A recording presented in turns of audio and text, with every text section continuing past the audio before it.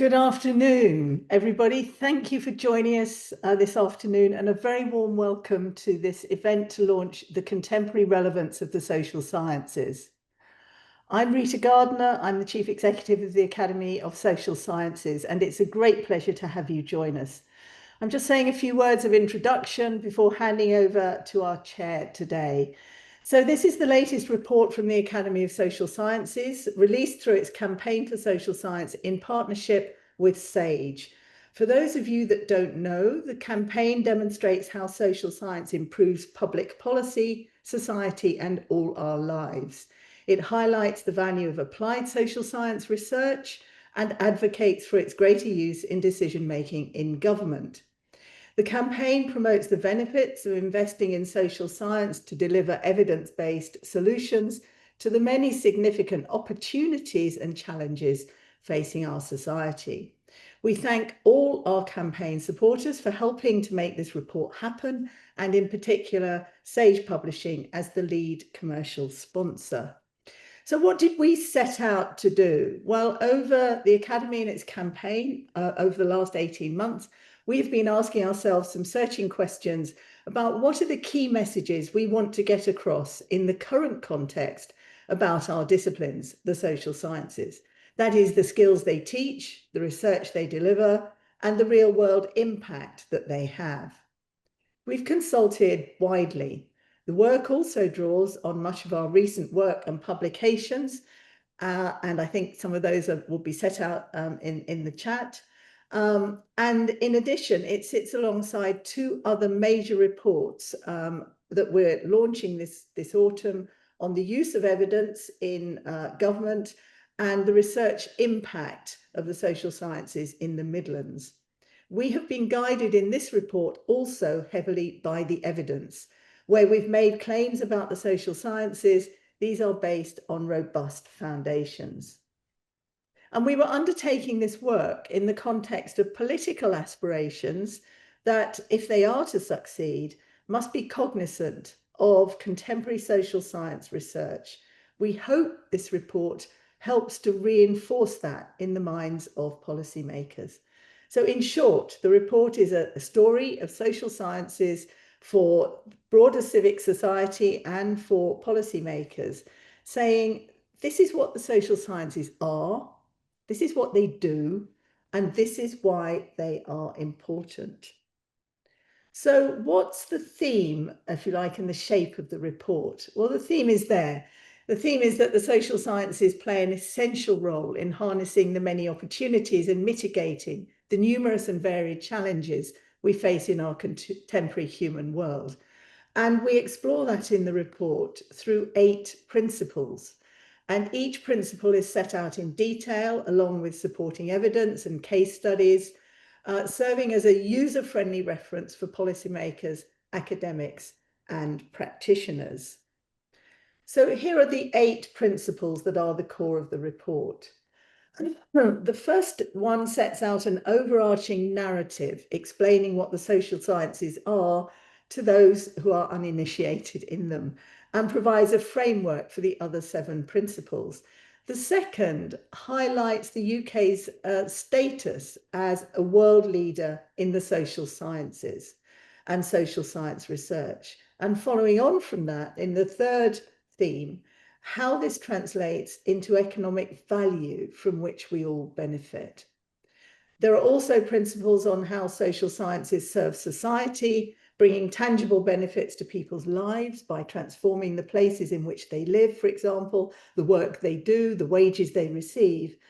But also we have principles on how the social sciences facilitate and drive innovation, and help and assist policymakers by guiding good decision making. And then the final 2 principles underpinning the report is how accessible the social sciences are, building on our inclusivity work in partnership with the ESRC, and that they are also provide fulfilling and well-paid careers. To illuminate each principle, we use narrative case studies and memorable key figures and statistics. So, for example, in the case of Principle 6, we've flagged that around 80% of the UK government's areas of research interest relate either wholly or significantly to the social sciences.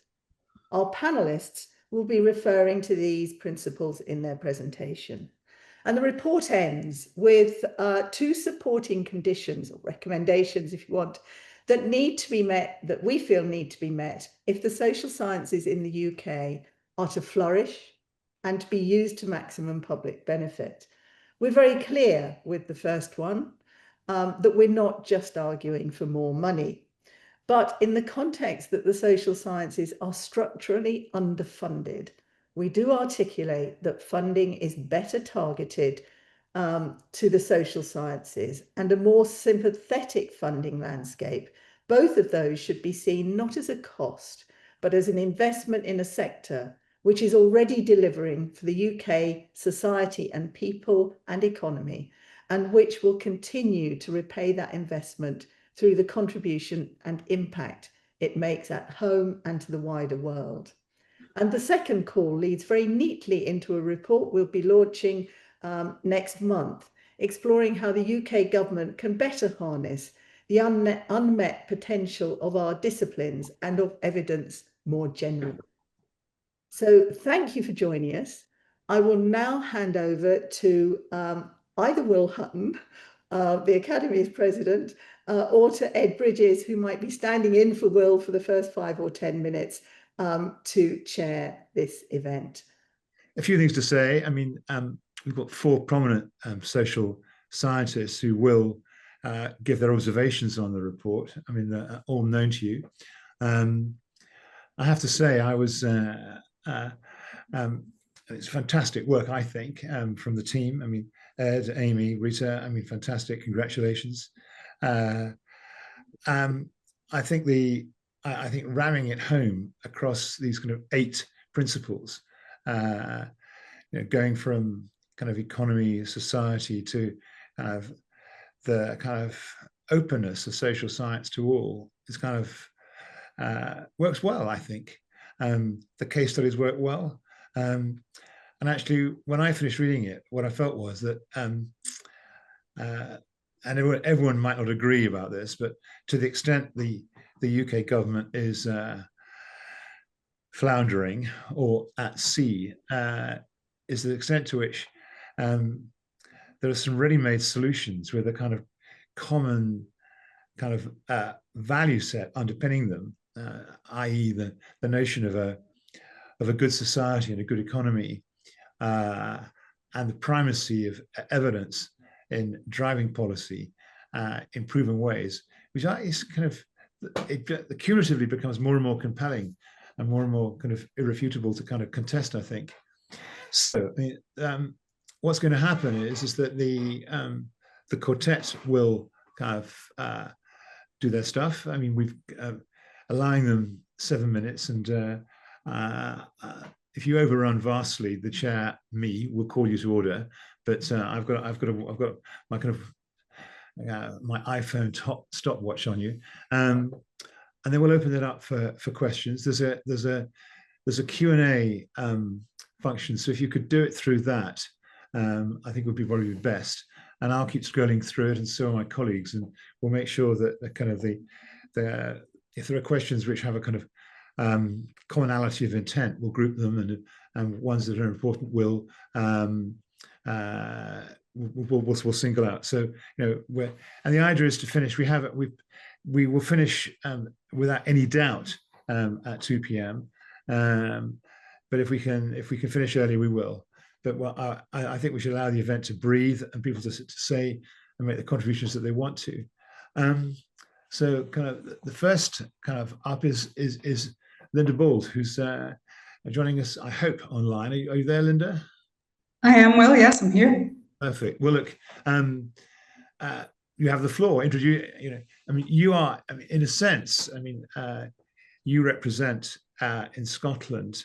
Kind of, you've managed to achieve a kind of a role in the governance of or the executive of Scotland, which actually we need to reproduce in England and Wales and Northern Ireland, we think. But you may want to say something about that, or about your general observations. But over to you. Thank you, Will. And just to say, I was honored to have your name or my name next to you for a short period. That was really an honor. Thank you for that. But I see you're now back to Will Hutton, which is as it should be. And so very much welcome this report. So I'm Linda Bauld. I'm the Scottish Government's Chief Social Policy Advisor. I'm also a Professor of Public Health at the University of Edinburgh. So this is a really important and timely report, as we've just heard from Rita and from Will. It's a challenging time, particularly in academia, for the social sciences. Universities are making difficult decisions about which disciplines to continue to invest in, which students to support, and in some instances that is not good news for the social sciences. So we absolutely need to champion the full range of disciplines that represent the social sciences, and this report does that I think in an outstanding way. How will the Scottish Government use it? Well, I'll be disseminating it widely, as will our Chief Social Researcher, Audrey McDougall, and other social scientists.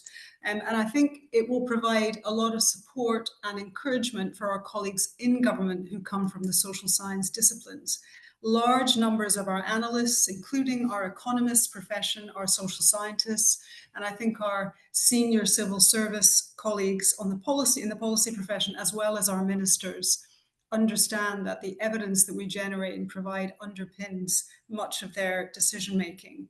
And so to me, I think what the report represents is emphasizing again the importance of the range of disciplines that we use in government. So not just the economists, the statisticians. I lead on the behavioral work that government does, which is becoming increasingly important, and a whole range of other contributions as well. So it will be a very helpful document for us.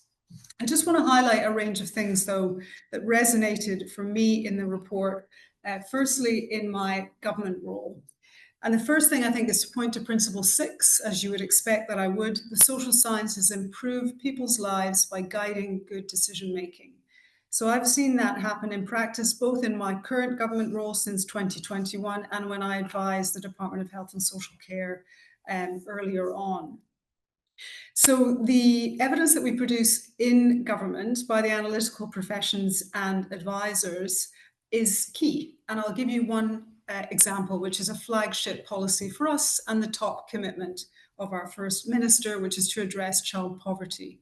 So traditionally, Scotland has had higher child poverty rates than the other nations in the UK, but we've managed to bridge some of that gap in recent years by a concerted effort to invest in interventions that were underpinned by social science evidence.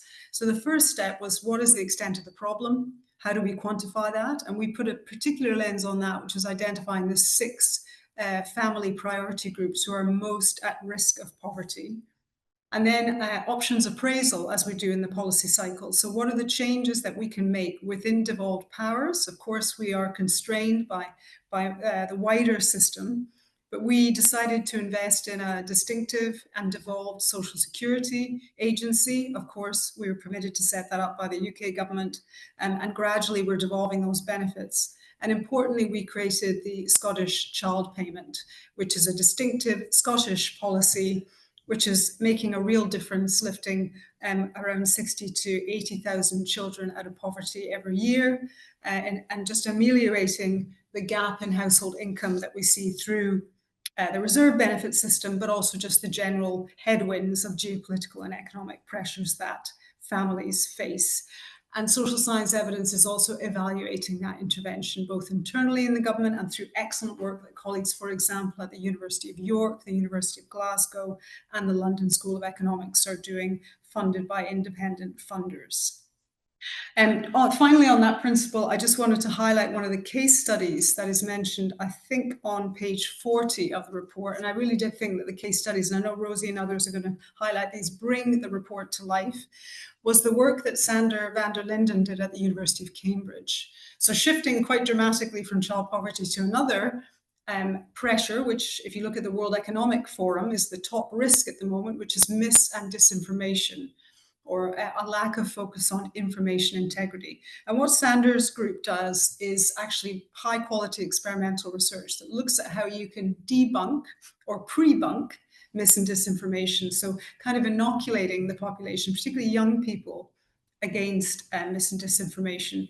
And just in the last few weeks, we've published a world first, Scotland's Health Information Integrity Strategy, which shows how government and the NHS will try and invest in educational interventions, support for our healthcare professionals when faced with mis and disinformation. And if you see what's coming from across the pond, unfortunately at the moment on a range of health issues, we're in a worrying time, so we need to bolster our defence.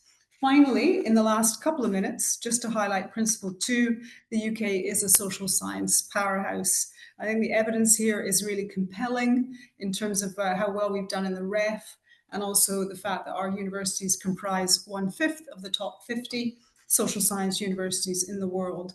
And in my government role, I think the report highlights that the areas of research interest, which are publicly available on the UKRI website for UK government, 80% of the questions are social science questions. Now, ScotGov's been lagging behind on developing our ARIs, although we have published several so far in areas like environment and tax. And you can just see those social science questions being very prominent.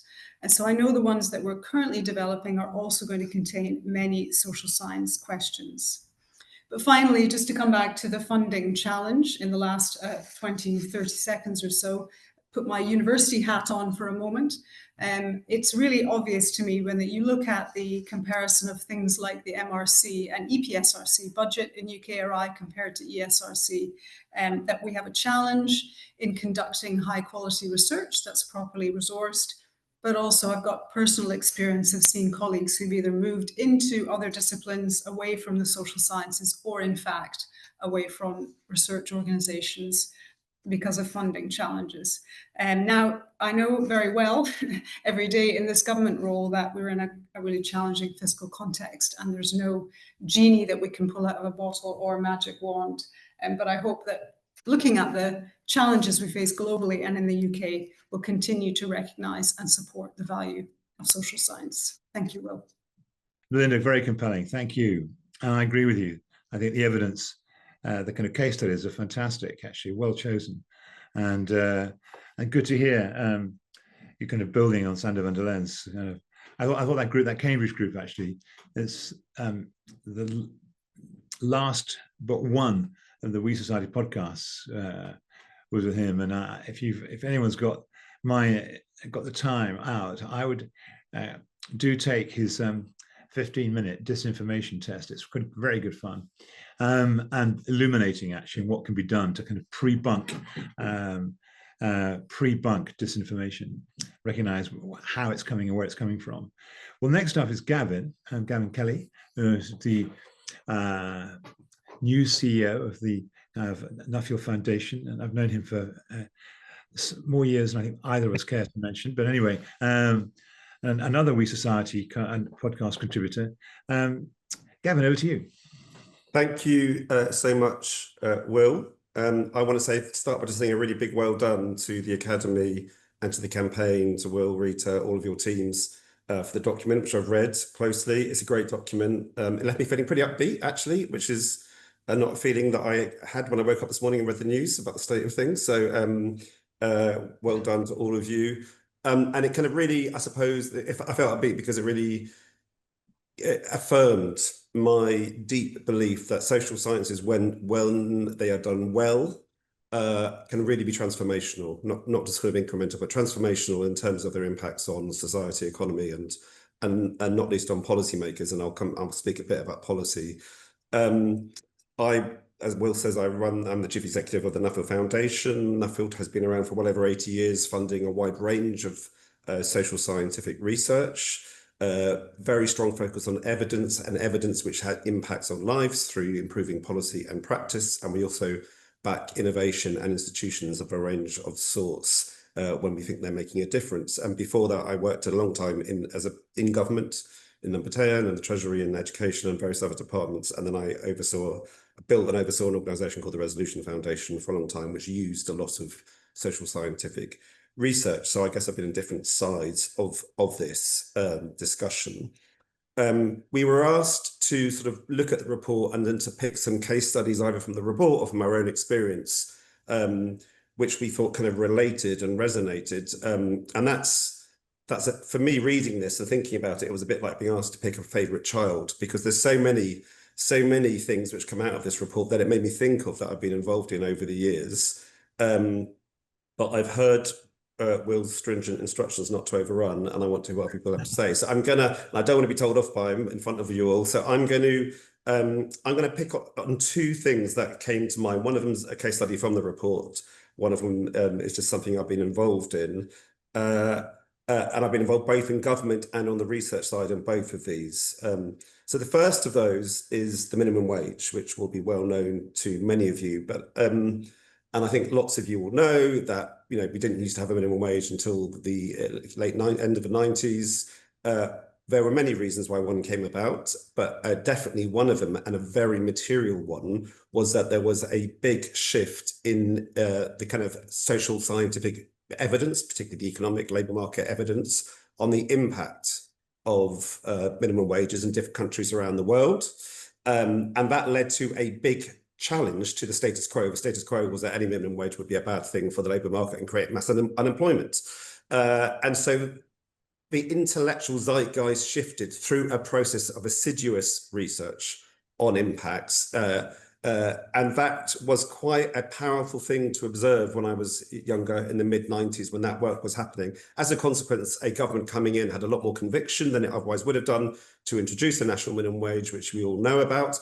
I still think people underestimate how transformational that has been, in terms of we have gone from having 20-odd% of the country on low pay by OECD definitions down to currently 3%. That's a really big shift. And just to put it more directly, someone on the minimum wage is earning £6,000 in today's money, more than they would done if low pay had just risen at the rate of typical pay since the late 90s. £6,000 is a very large sum of money for anyone, not least a low earner. So this is a big deal. And I think the thing I would say is not just that the research was important at the beginning.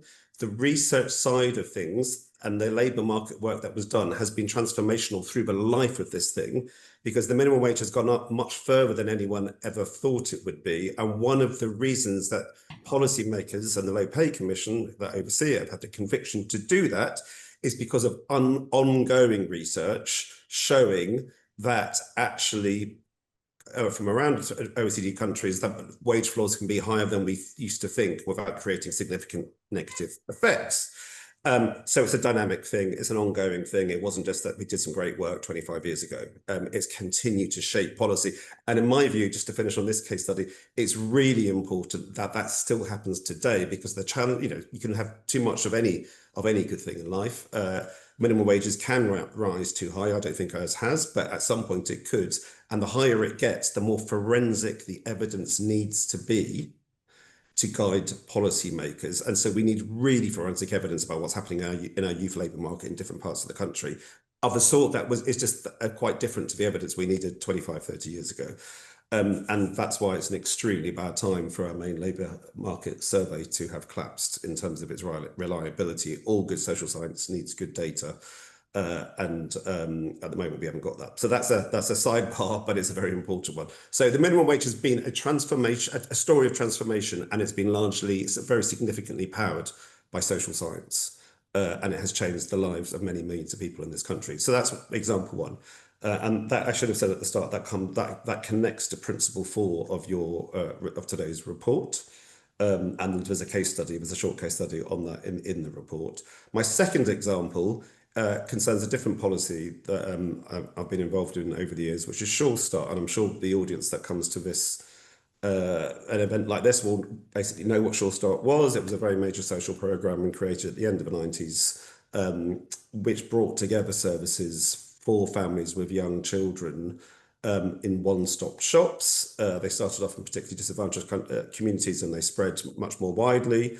I mention this because of a program of social scientific research led by the Institute for Fiscal Studies, which has ran for over a decade and was funded by the Nuffield Foundation. And it tracked the impact of people who'd experienced Sure Start over time up to the age of 16. It is a powerhouse study. There's no, it's an incredible piece of work. It links a whole set of data to try and get a sense of the outcomes and benefits that people who participated in Sure Start may have experienced. And to kind of skip to the end of all that, it shows that Sure Start, for every pound of spending on it, it generated £2 of benefit to our country. In fiscal terms, the policy paid for itself. I think these are all fairly cautious numbers, which you might expect from the IFS, right and proper. It was a game-changing policy, and this really kind of sets out precisely the nature of the benefits and consequentially how long some of those benefits took to arise. So what kind of, and I think that is worth just you know, as I kind of wrap up, I would just draw out from those 2 case studies and other things 3 points, I think, which flow from them. One is that if you're trying to do social science which shapes policy making, then you need to think about the timescales of policymakers and the timescales of policy impacts. So Sure Start, a very big social program in this country, a lot of their benefits took a long time. And so the research program has to be set up with that longevity in mind. And of course, policymakers need to have the conviction to sort of stay the course and have a sense of how long it may take for benefits to accrue. I was in the education department early on when the first evaluation came in, and it was a pretty miserable evaluation saying it wasn't doing much. And we were under lots of pressure to row back. This IFS evaluation shows that it was transformational, and if anything, we should have been bolder and more ambitious at the time. So thinking about timescales really matters. And staying the course. The second thing is being timely evidence and providing evidence which allows policymakers to course correct and revise really matters. You can't just say to a policymaker, you must implement a policy for a decade and then we'll tell you 10 years later how it works. That's not the real world. There needs to be timely evidence, and that can be a challenge, but I think good social science is doing that in lots of different ways. And the third thing I would draw out, and this is a kind of wider point, but it relates to these two as well, and it's probably the hardest one, is that the best social science, and I'm a deep empiricist, I really believe in data, quant and qual, but that does tend to make you have a kind of backward-looking perspective because the data is retrospective. And the best, most transformational social science can use that, but then can turn to face the future and think of ways of allowing that data to speak to emerging trends and future policy choices. And that's not easy to do, and it takes quite a lot of skill and confidence, but that is what the best social scientists, I think, are trying to do today. Gavin, thank you. Thank you. Good points, well made. Very well. Look, I just think, and I've got a couple of questions I want to put to you, and again, actually, to Linda, but I'm going to let everyone have a chance to kind of say their piece before we get into discussion. So with no more ado, over to Rosie McEachan, director, born in Bradford. I mean, this is really it was a great podcast too, Rosie. So I know you're going to talk about that, but anything else, you're more than welcome. Your 7 minutes starts now. Brilliant. Thank you so much. And it's an absolute pleasure to be here to celebrate the launch of this important report, and also to hear and learn on the experiences of both Linda and Gavin, which I think have set up the reflections that I have very nicely. So thank you to you both for giving a bit of context. So I manage a research programme called Born in Bradford. You guys have been very kind to me in giving me a bit of a mouthpiece and a showpiece for the work we do. But building on Gavin's reflection, we are a long-standing multidisciplinary research programme based within the city of Bradford. We've been around for over 18 years. And we are a multidisciplinary research programme, and that has enabled us to be able to really align with priorities in the city and to show how research can change a city and the importance of evidence. And I think one of the reasons in which our Born in Bradford programme has been so successful is because we are multidisciplinary, and social science aspect of what we do is so important for us. And so reading the report, I think the first reflection I have is that principle 1. It's about highlighting the ability of social sciences to give us this complex understanding of people, society, economy, and place, which is so powerful. We need to be working together in this complex, multidisciplinary way to deal with some of the very complex challenges that we face as a society. Now, for those of you who haven't heard about Born in Bradford before, we started life as a birth cohort study. So this is a very nice epidemiological type of study, which follows up the lives of families over time to try to disentangle why some families stay healthy and why other families fall ill. And we've been a very successful birth cohort study. Between 2007 and 2011, we recruited over 12,500 mums. Those mums had over 13,500 babies. The oldest kids in our cohort are now turning 18, and that is a big milestone for us.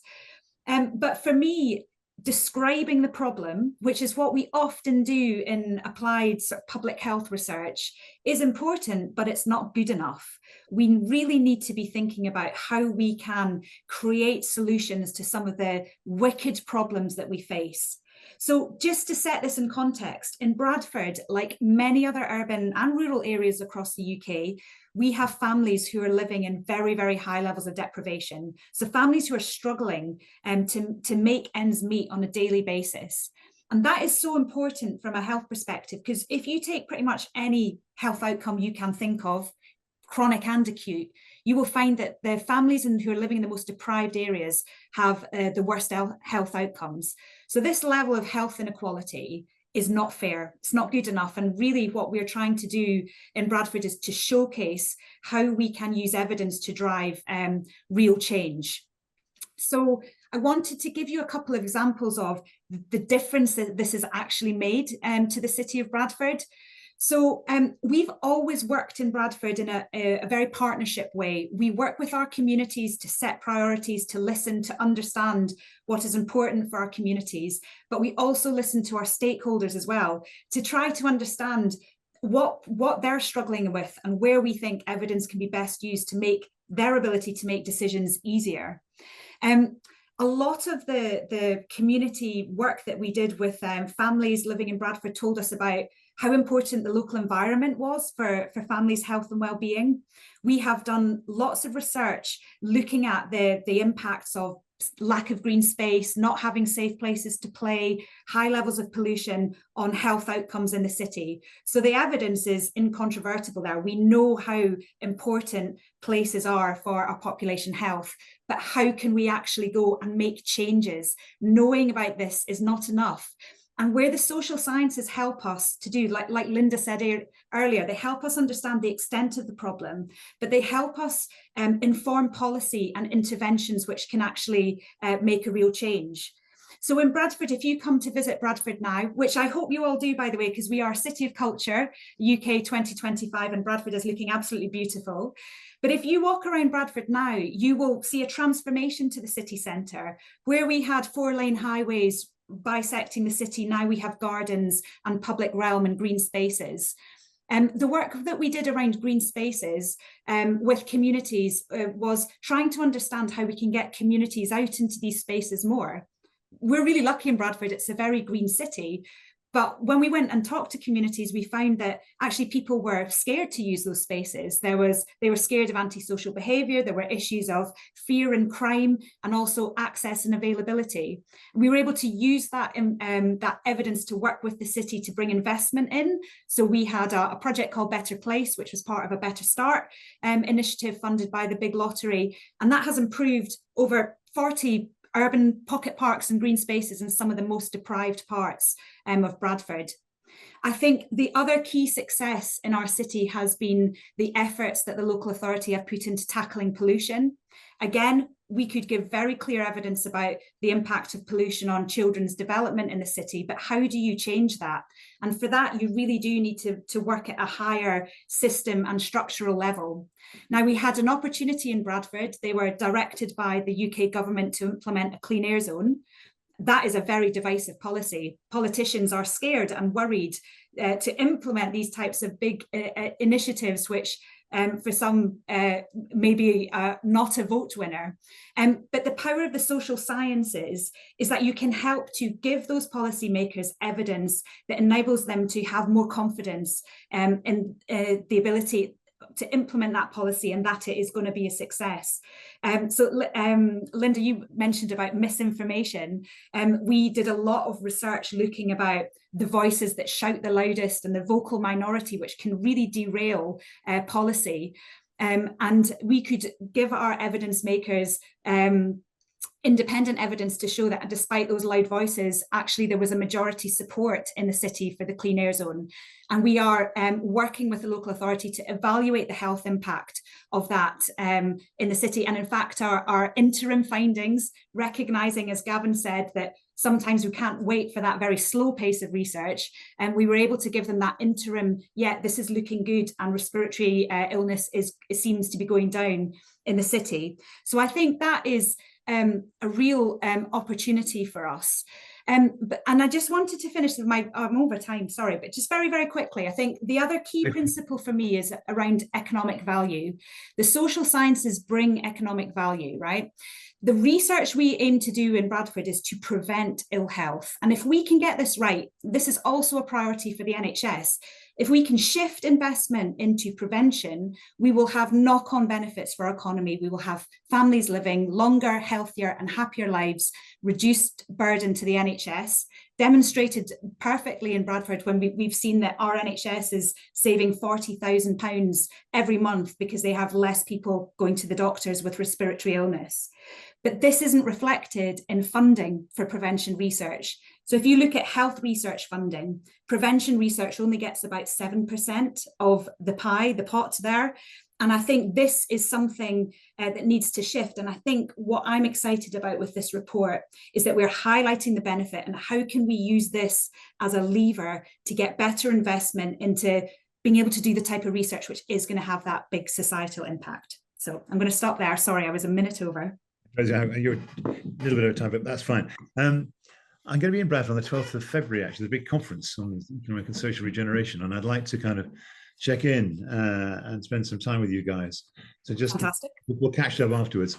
And last but not least, Michael Davis and that's Sen. And actually, was it just a few weeks ago? That's a really amazing report you commissioned, looking at the cultural attitudes to multiculturalism, and that UK British right wing, the British right are more distrustful of immigrants and people of colour than their American counterparts. It was a really revelatory piece of work, and congratulations. Anyway, over to you, Michael. No, brilliant, thank you. And yeah, it was definitely a surprising set of findings. Peter Foster, who we worked with at the FT, wisely said to me at the start of the study, the best study to do is one where, whatever the outcome, you've got a good news story. A good news story. I was betting in the other direction, so I was wrong. I'm delighted to be here. I'm very conscious that at any event that I ever see Rita at, Rita always says that everyone has to sort of declare themselves to be a social scientist. So I have to say, I'm an aspiring social scientist. It would be an absolute stretch of my economics degree of 30 years standing to pretend that I'm a social scientist. So I would like to position myself as an ally of the social sciences sector. I've worked in government policy, but I spent my last sort of 7 or 8 years. I would describe myself as a grisly operator, working in the private sector in consumer insights, and it's fantastic to come back to NatSen and everything that we do here, predominantly supporting, probably I suspect most people on this conference. In the provision of face-to-face data collection. So, you know, my world is to know that we have 600 interviewers, and last week they completed 704 interviews, but still not all postcode points were covered. I think this is a really, really welcome and fantastic piece of work by Rita and the team, and I'm very proud to be able to say that I really sort of support it. There are a few things I would sort of draw out, and I'm going to be perhaps just a little bit more challenging, if I may. So the fourth principle about social sciences serves the economy. I would love to be part of a society where social sciences is seen as more leading the economy, and in fact actually leading a social space, and our definition of society that feels that it can trump or be greater than how we think about sort of economics. So I always use this example, but you know, I cycle in and out of work every day. So that means I'm not spending £10 on public transport. It means I avoid all the coffee shops, so I don't spend £5 on coffee. It just about by cycling to work keeps me out of having to have a gym membership. So that's probably like another £10 a week. So I've denied the London economy already sort of £25–30 a week, which is actually the only way that it economically recognises my contribution in terms of the things that I spend money on. But the things that social sciences says, but actually if I take moderate degrees to look after myself, that's a good thing. If I don't use private or public transport, then I'm doing my bit for the environment. And so one of the things that I'd really, really encourage everyone to do through this report is to show that actually social sciences could build a better narrative. And it's tucked away in your second recommendation. It requires just a little bit more pulling out, is that social sciences shouldn't just fall back to economics. So what happens is we constantly have to define, the economists control how our whole narrative around health, well-being, society is controlled. And we end up having to articulate and explain ourselves, if you like, on the economist terms, rather than listening to Rosie and everything that Rosie described about Bradford, which I think is far more interesting than me trying to explain whether or not the economy growing by 0.5% of GDP. I just don't believe it's meaningful to people who live in Bradford, but the things that Rosie and her team are doing are definitely meaningful and sort of definitely make a difference. So strong proponent of sort of what's in the report. Equally, and to contradict myself, which is a favourite task of mine, it is good that we start to articulate the value of social sciences. So you can go onto the Market Research Society and you can find out that Consumer Insights is £9 billion in the UK, and it's predicted to grow at 4% over the next 12 months, and it grew at 6% in the year previous. That makes organisations actually much easier to manage and lead when you've got the certainty of knowing that your market's growing. So to that second recommendation, it's not just a nice to know about your funding. It actually allows you to plan and organise your resources and your infrastructure in a much more sensible way if you've got confidence in the belief that you're part of a segment and markets that's growing. And then just the last sort of thing for me, and I'm relying on Will Hutton to back me up on this.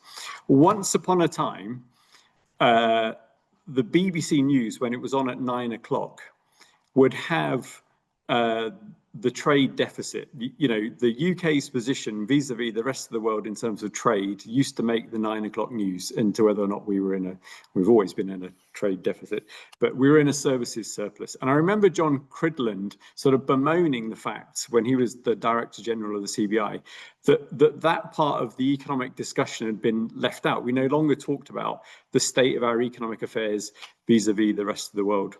Actually, I would love to be part of a society where, in place of that conversation about our trade deficit, is something much more important, which is some sense of what is our societal health. And that was a reasonable feature of the news that was there, that we can sort of talk much more about, well, what is the overall sense of a healthy society? What is the sense of a safe society? And so I think this report is brilliant. I think it really, really does equip all of us here in our various roles to talk up the role of social sciences, the contribution it makes to the economy. But what we've really got to do is sort of wrestle this off the economists and get ourselves much more that we're in lead. My daughter has a quote, which is, it's much easier to foresee the zombie apocalypse than it is to see the end of capitalism and economics. So our job is to make sure that we can have a world that is dominated by social sciences. I'll stop there. Michael, thank you. And of course, I agree with you.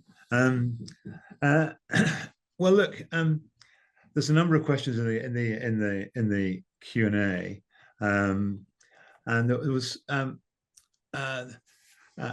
there's kind of two themes, I think. One is a kind of AI theme, and the other is a kind of cultural race, ethnicity, kind of underexplored in evaluations by Sure Stars. And a third theme really is about, it's all very well having this body of evidence that was around in the New Labour years, but actually social scientists haven't managed to establish a strong enough narrative to kind of get out there and kind of sell their wares. So I just wonder, I mean, the obvious person to kind of run with the last of those points is Gavin, because you've had experience in government, and of course Linda. What are your thoughts, Linda, Gavin, on that? As the, you could pick out any of those three themes, but the third one in particular, I thought you might care to address. Let me just try. I'll just try and touch briefly on those, and it'll be interesting what Linda takes. Linda makes them as well. On the kind of, I think one question, Will, you were pointing to was sort of, there was a kind of evidence-driven policy zeitgeist in the New Labour years, and A, did that really connect with the public, and B, has that run out of road in the contemporary moment? I think that's what you're getting at. And I mean, look, the public, there'll be different views on this, but the public, some of the debates about how you use evidence and so on are never going to reach different members of the public. It's absolutely vital that social scientists build in public values and public listening and public shaping of their work to their work. Some of the more technocratic things that governments do when they're trying to sort of understand data and evidence and different things, it is harder, I think, to engage the public with. The thing I would just say is that in an era which we're in, of very kind of straitened fiscal position, where many different public services are facing an incredibly tight outlook, the demand for, the need for the application of rigorous evidence is even greater than in a world where public spending is going up by 3 or 4% in real terms, as it did throughout the late 90s and the 2000s. So I think the demand from policymakers for the use and application of evidence should be stronger today than it was back then, in an interesting way. I mean, I can only agree on I think you mentioned there was a question on race and ethnicity not being kind of fully weighted, if you like, or properly taken account of in a lot of work. I mean, it varies, is the first thing I'd say, but I've got a fair bit of sympathy with that, in that I can think of a number of studies where that hasn't happened, usually for data limitation reasons. And I think that is incredibly limiting, in that some of the most interesting changes in our society and some of the biggest inequalities in our society are heavily structured by race and ethnicity. It's the intersection often between those things and other advantages or disadvantages in life that generate really powerful outcomes. And they go in different ways. Some, racial and ethnic groups have done surprisingly well in some contexts, and others have done abysmally and are facing really, really severe and structural inequalities. So you can't do good social science if you don't take account of those things. Data in some areas lets you, and it doesn't in others. And it does tend to point, I think, to the importance of linked data as one way of getting a better read on those things. And I have to do a plug that we've got a large an exciting fund and programme of work at Nuffield called our Racial Diversity UK Fund, which is only recently opened, and it really is to fund in-depth research into how race and ethnicity is changing in the country and some of the inequalities that still shape our country. I think I should pause there, Will, and let Linda come in. One more question for you before you go, but Linda, I'd like to get your kind of take on this. Yeah, I mean, so to touch on those three things, I mean, I agree with everything that Gavin said, obviously, but in terms of engaging with the public and the social sciences, I think that is important. I think it's even more important now than it has been for some years. I mean, there are some really good mechanisms to do this. I mean, obviously, Will's podcast is one of them. The We Society podcast is promoted. Oh, well name checked. But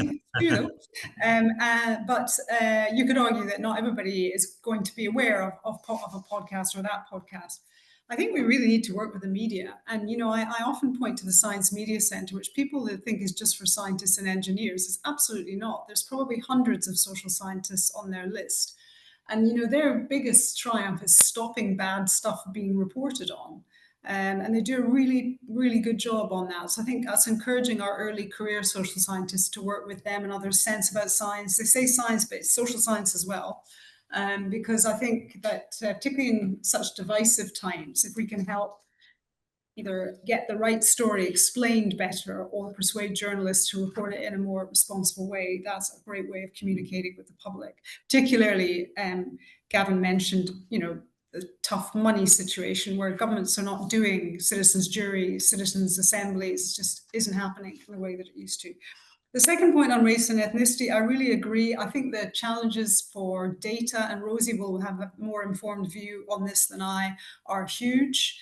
around intersectionality in its broadest sense. So we fail often as researchers to do that, and then we can't answer the questions about how intervention X or policy Y affects different groups.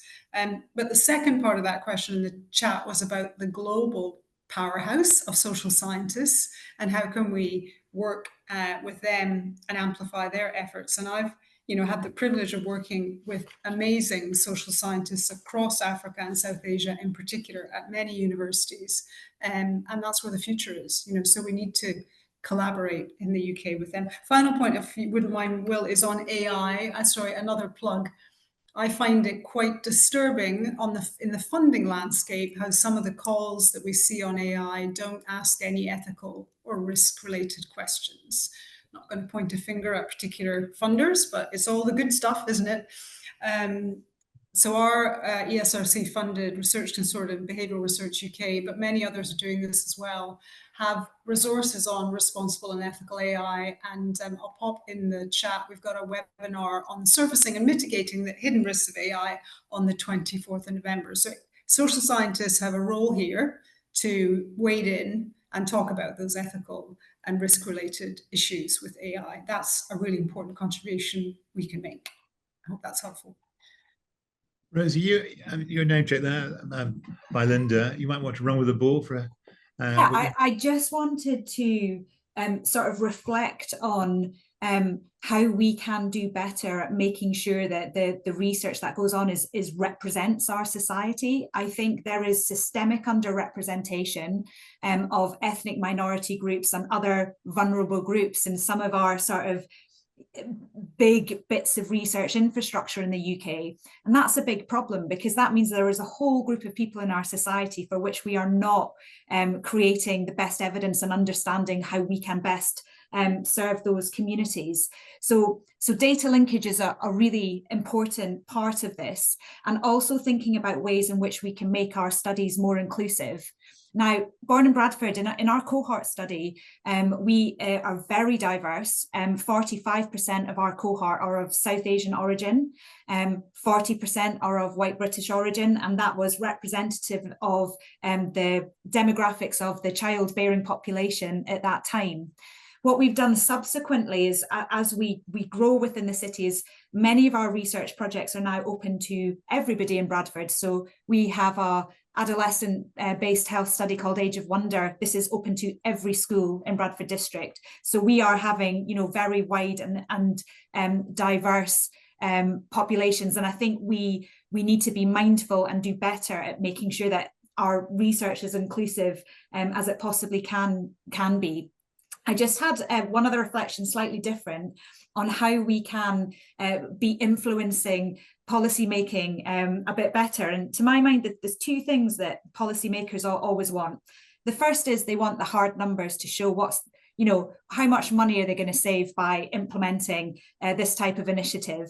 And here we have problems, don't we, when we think about projects like Sure Start or the Better Start initiative in Bradford, where we're expecting to see changes over decades. So that can be difficult for us.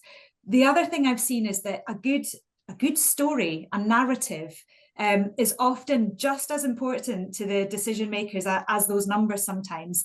And I think maybe that's where we can get our research community can get a little bit better at thinking about how are we producing our outputs in a way that's accessible for policymakers and enables them to have a bit more confidence in their decision making, rather than waiting for that sort of 15-year follow-up period for the big policy change. Michael, thank you. Michael, Nat Sen and there are a number of issues raised there by the other three panelists. I just wonder whether it be AI, gaps in the data, whether it be the kind of ethnicity question. I mean, I guess this is your daily bread and butter, but can you illuminate, giving your insights, reflections as people were talking? Yeah, of course.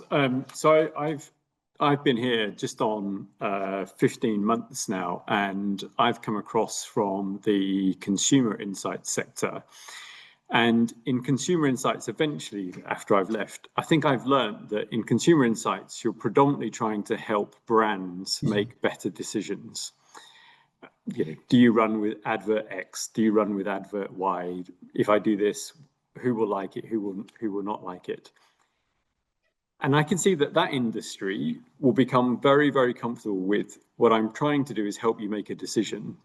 And hence why you talk about synthetic data, digital twins. So there's a consumer panel out there, Will, that you've completed so many times that there's no point asking you that question again, because we've got that data on store. So we can just run it against your kind of previous submissions. And I can see that is the direction which consumer insights will go.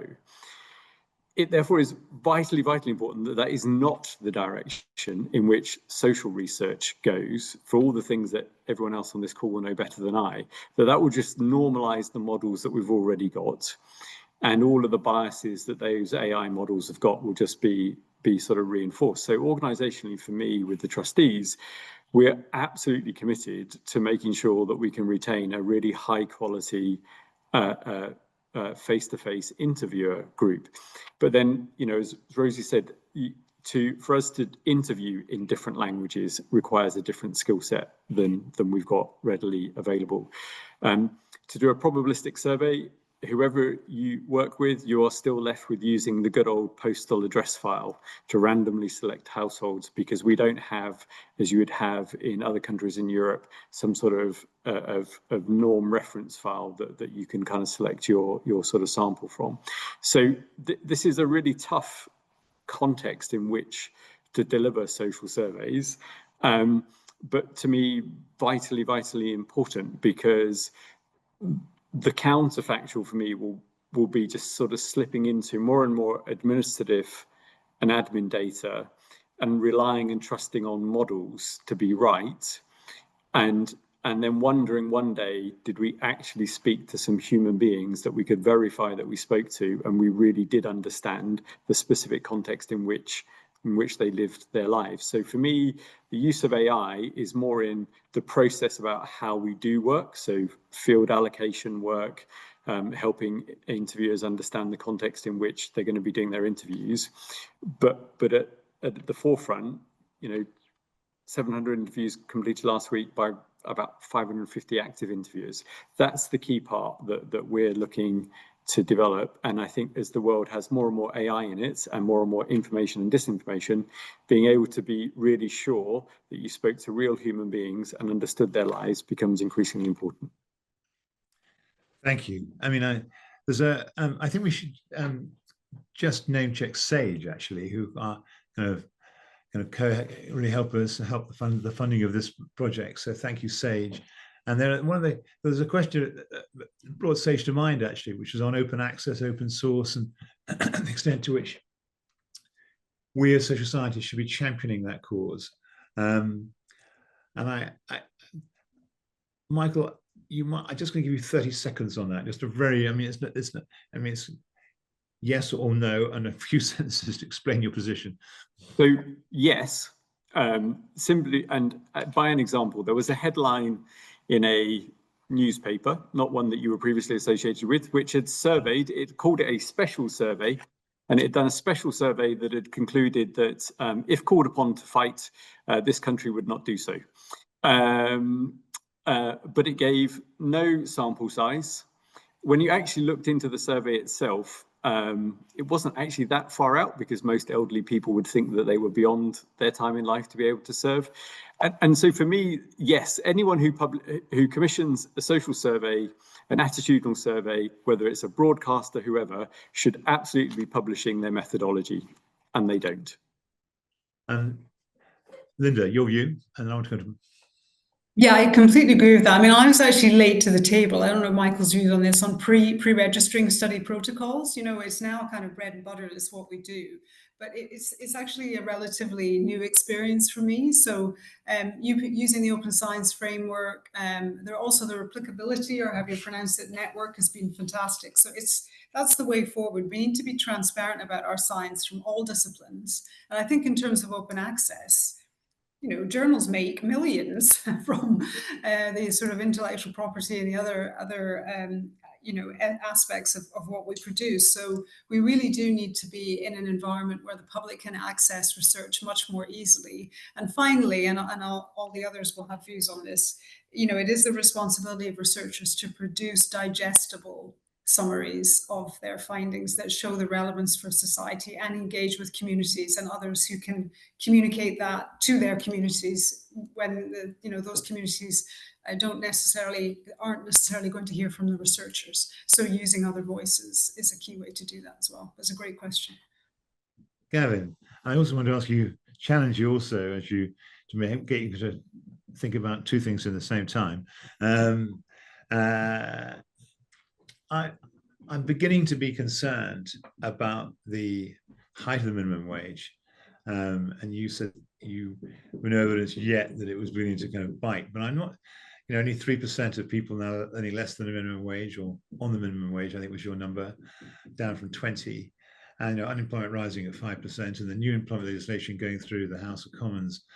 The interaction of all of that, it gives me, I noticed your former House Resolution Foundation kind of raising concerns about it.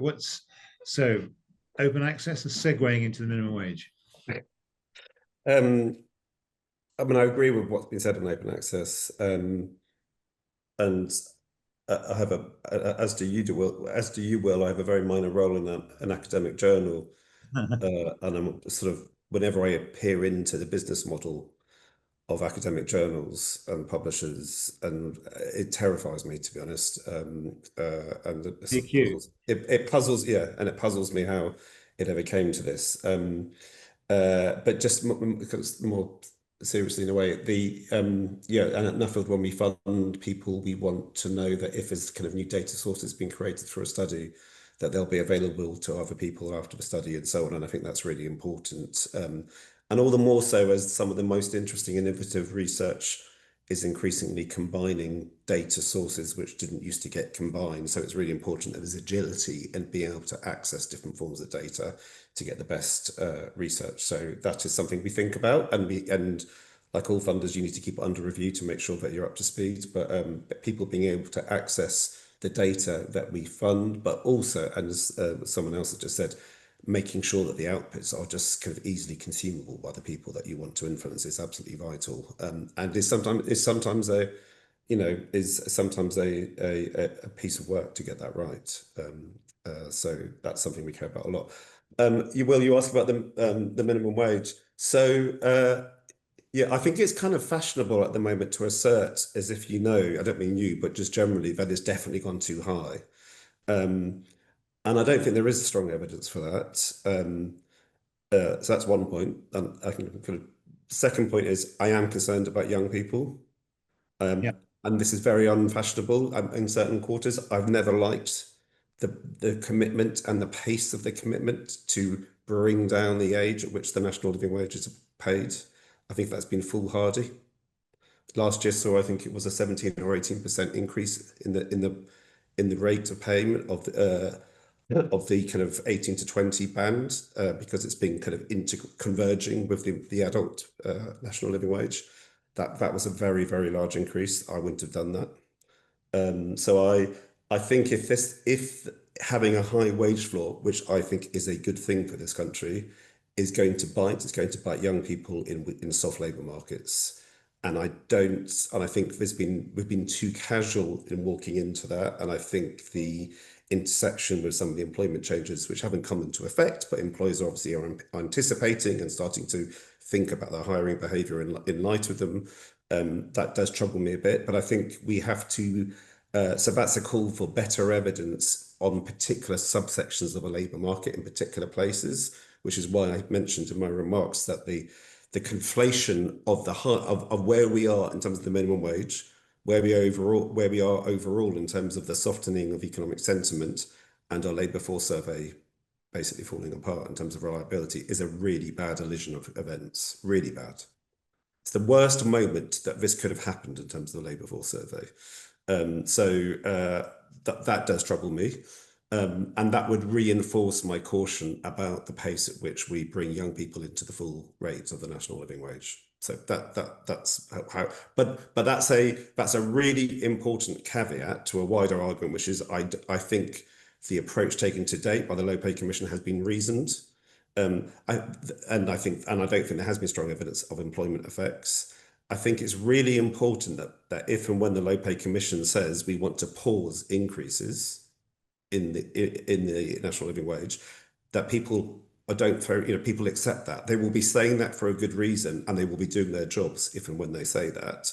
And they haven't said that in a long time, so people have kind of got used to the fact that they don't say it. At some point, they will say that, I expect, and they'll be right to do so when they do. And that's their role. And we need to sort of remember that is what their role, not just to stick it up by 5, 6, 7%.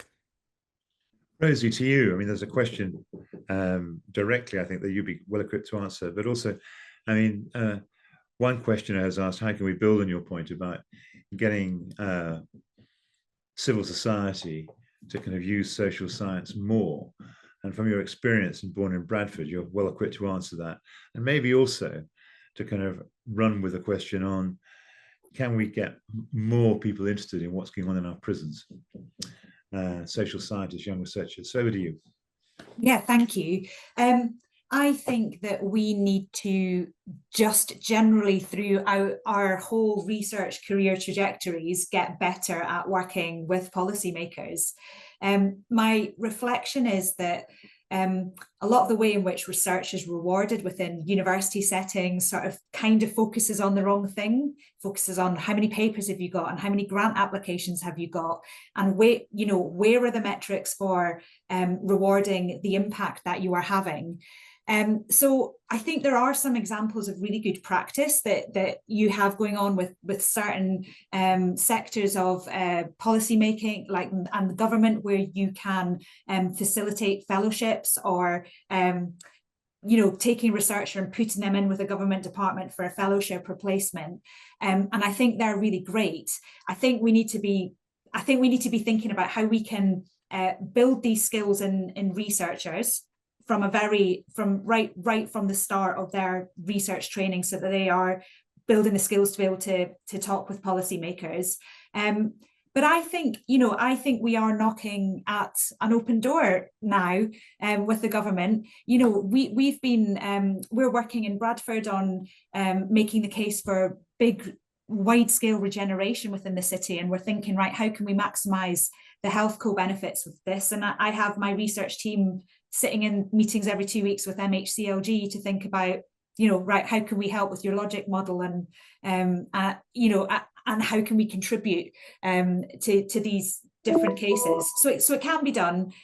You have to have a bit of flex in your system. You have to have the ability to be quite reactive and go and spend time pushing your message out. So I think it's maybe just a shift in thinking and starting to think about the opportunities more. And I think what the other question was about the criminal justice system. Yeah, I'm not sure I've got too much that I can say about that, but just to say that it's clearly a huge issue and something that we need to understand what the impacts of that, particularly for young people, is. So I think it's, I can imagine it's a very, very tricky area to get into. I don't know if other people have any comments on that. Anyone come in? I mean, on that, Linda, Gavin? Yeah, can I jump in on two things? I mean, I think on that, we've got some outstanding criminologists, and government is listening to social scientists on the issues around prisons. I mean, the biggest issue there is that our court systems, which are, trying to churn out and act as quickly as possible, continue to take action, and the prison service can't catch up, and we've got a crumbling estate. So it's a very complex, very, very complex, challenging issue, but there are civil servants social scientists contributing. But just to go back to Rosie's first point and the question, I'm really optimistic about government using social science evidence. I see fantastic examples of that all of the time. And as I mentioned at the beginning, we have so many social scientists in government. So I don't think that is an issue. I don't think that our research isn't valued. And I actually think in the last few years, we've seen an explosion of opportunities for researchers to work with government. There are many more placement schemes through UKRI and individual governments. And the whole impact agenda in the REF has really emphasized the importance of connections to policy. It doesn't mean that we're necessarily seeing societal problems being solved as a result of that, but I think our system has improved in terms of supporting researchers to engage with policymakers, including social scientists. So we need to be optimistic about that and to continue to make the case for those kinds of exchanges and programs.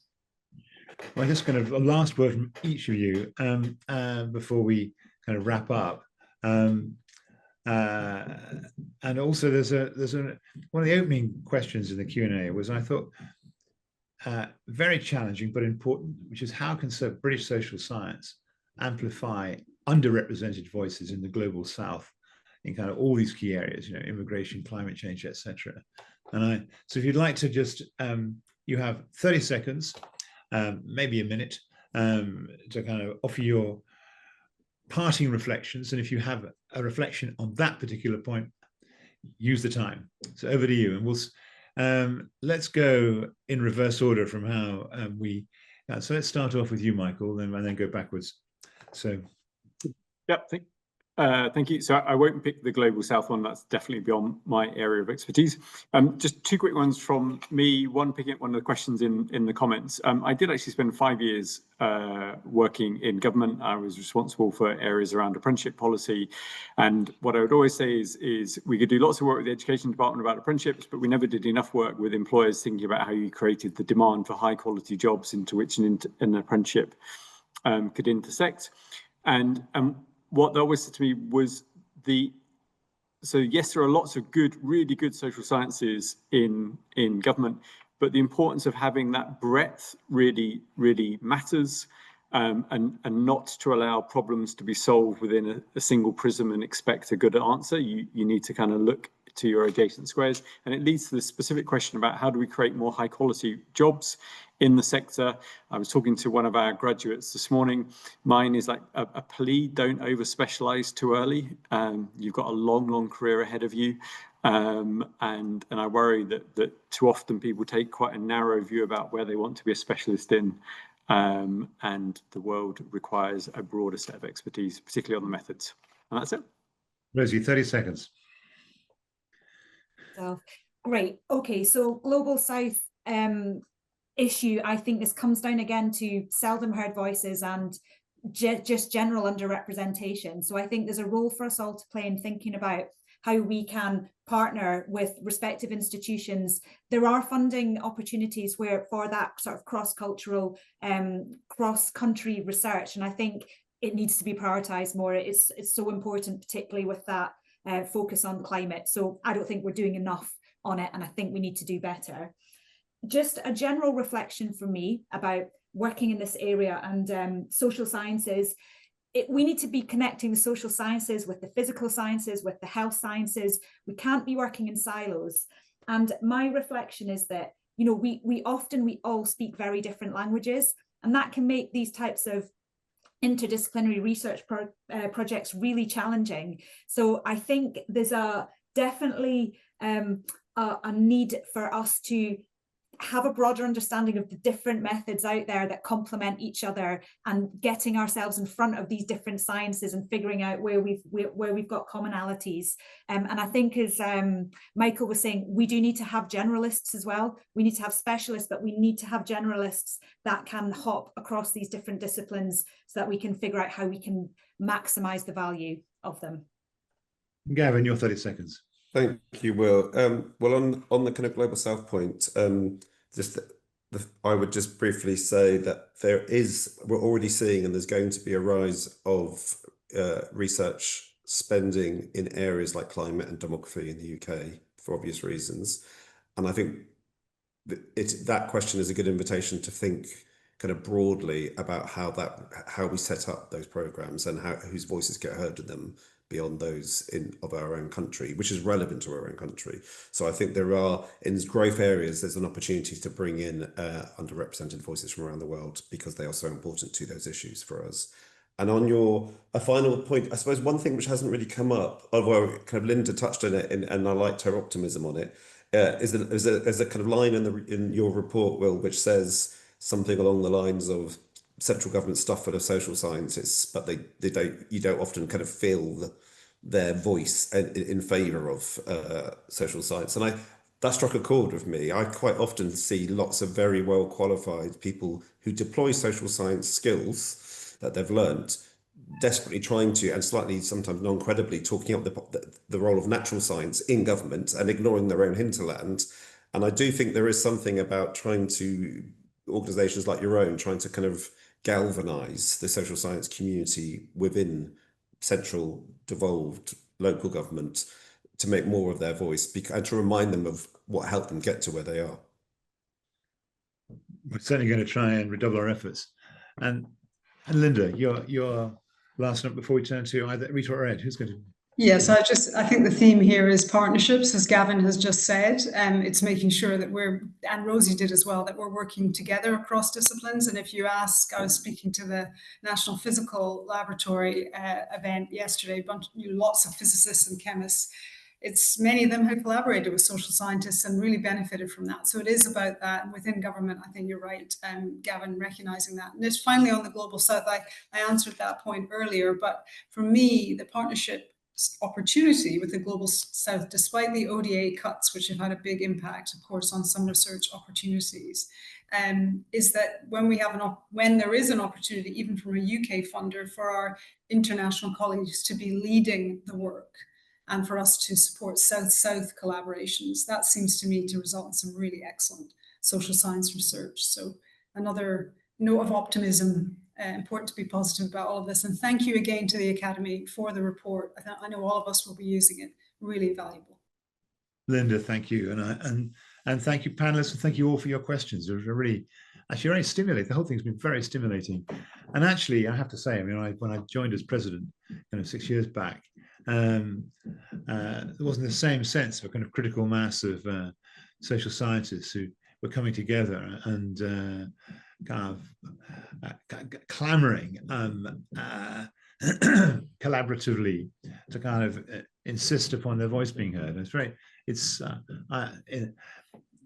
it's one thing to be optimistic about in a kind of tricky environment. Now, Rita, are you going to, or Ed, who's going to? I think it's me. Excellent. I think you are, great work. It's a great report and we want to hear you. Over to you. Thank you, Will. Yeah, I mean, as one of the people who helped to be in the engine room, I suppose, drafting the report, it's nice to be able to finish with a short peroration for you all. And just to pick up on Gavin's point, I suppose, about what we need to do as social scientists to go out and promote some of what's in the report, because we've heard from the panel about how this is a useful, I hope, tool in our toolbox to talk about the tangible impact that social science is making to people's lives.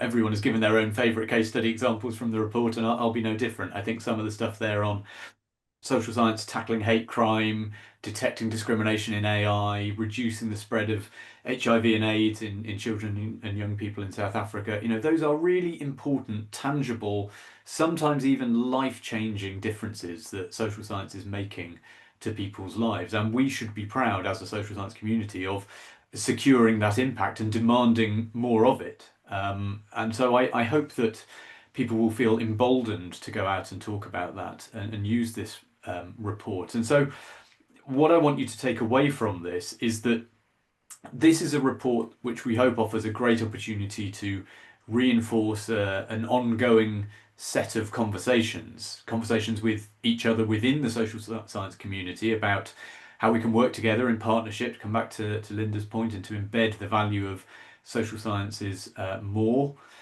But then also conversations with the wider world in a more structured and coherent way, which I think the report helps to do, and have conversations with policymakers about the untapped potential. Again, one of the things that Rita mentioned at the start. But also, and actually to me, this is in many ways the most important set of conversations we need to be having.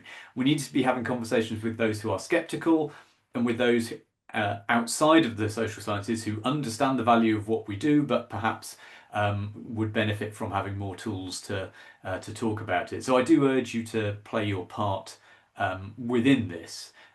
To read the report, to think how you can use it in your own networks and organisations to help get the messages across.